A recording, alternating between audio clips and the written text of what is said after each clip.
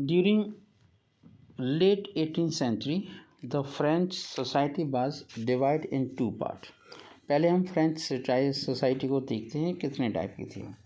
तो वहाँ पर अरिस्टोक्रेट थे जो राजा महाराजा की लाइफ जीते थे, उनके वोट की, उनकी बातचीत की, उनकी वैल्यू काफ़ी होती थी और उनकी बराबर थी बाकी की बची हुई भीड़।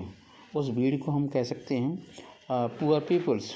जो अरिस्टोक्रेट्स होते थे वो इलाइट क्लास से भी बिलोंग करते थे, उन्हें इलिट क्लास भी कहते हैं, एकदम से राजशाही जैसे कह सकते हैं।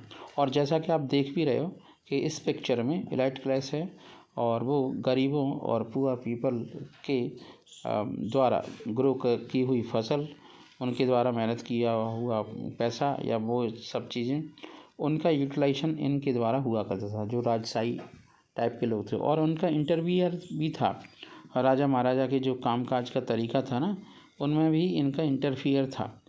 और जो आपके एरिस्टोक्रेट हुआ करते थे उनकी जनसंख्या कम थी पर उनके पास पैसा था, और जो जनसंख्या ज़्यादा थी, जो पुअर थे, उनके पास पैसा था ही नहीं, पैसा नाम की कोई चीज़ नहीं थी, जिसकी वजह से उन्हें बहुत ही गुजरी ज़िंदगी जीनी पड़ती थी। सब लोग उनके ऊपर काफ़ी अत्याचार करते थे और अपना हुक्म जमाते थे। इस टाइप की चीज़ें ख़त्म होने लगी धीरे धीरे। तो जो आपके फर्स्ट एस्टेट थे, प्रीस्ट क्लर्जी थी, the first estate was made up of a religious leaders who were change of the church, क्योंकि चर्च की बात मानी जाती थी। They are all rich, lived like nobles, they advise the king को advice किया करते थे। दे पेड नो टैक्स, कोई टैक्स नहीं पे करते थे। टोटल पॉपुलेशन थी अराउंड 40,000, सोच लीजिए 2%, लेकिन उनका प्रभाव, उनकी वैल्यू उस राजशाही में काफ़ी ज़्यादा होती थी। समझ रहे हैं आप? तो collected from a third estate, तो ये आपका फर्स्ट टाइप के लोग थे, फर्स्ट एस्टेट के लोग थे जिन्हें हम क्लर्जी के नाम से जानते हैं। 9th क्लास की हिस्ट्री में आपने क्लर्जी के बारे में, फ्रेंच रेवोल्यूशन जो हुआ है वो आपने पढ़ा है। तो उसी चीज़ को हम कंटिन्यू करते हैं आगे, और एक और पिक्चर हम दिखाते हैं आपको। उस पिक्चर में ये दिखाया गया है कि किस तरीके से पुअर्स की लाइफस्टाइल थी। देख रहे हैं आप, ऐसे ही खुले में, ऐसे ही कोई कपड़ा लगा लिया उसमें रह रहे हैं, खुले में सामान रखा हुआ है, खाना बना रहे हैं, लोग वहीं सो रहे हैं। काफ़ी दिक्कत का सामना करना पड़ता था, उनके पास प्रॉपर घर भी नहीं था, ऐसे ही खुले में रहते थे, और न उनके पास कोई लैंड था, अगर था भी तो थोड़ा बहुत था। वो राजा महाराजा के क्लर्जी के लैंड पर अपना क्रॉप ग्रो करते थे और ज़्यादा टेक्नोलॉजी वाइज ज़्यादा डेवलप्ड नहीं थी।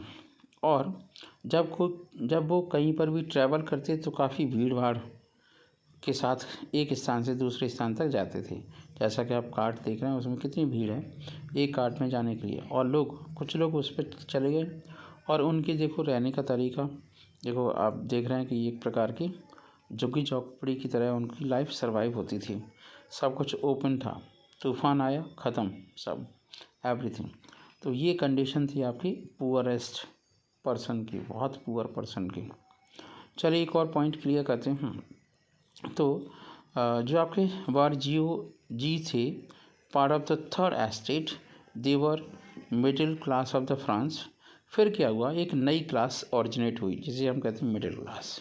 इनमें थे bankers, merchants, factory owners, educated people, पढ़े लिखे एजुकेटेड, लेड द रिवोल्यूशन। उन्होंने रिवोल्यूशन का असली मतलब समझाया राजा महाराजाओं को, उनकी ताकत को उखाड़ फेंका और डेमोक्रेसी आई। इसके बाद जो आपके डेमोक्रेसी लाने में उनका बहुत बड़ा रोल था। ड्रेस्ड लाइक नॉवल, ये wearing a wig and waistcoat and कावलेटर्स, टाइट फिटिंग नी पीचेज। उनके कपड़े काफ़ी बेस्ट हुआ करते थे, देखने में लगता था कि वो मिडिल क्लास की फैमिली से नए उभरे हुए पर्सन्स हैं।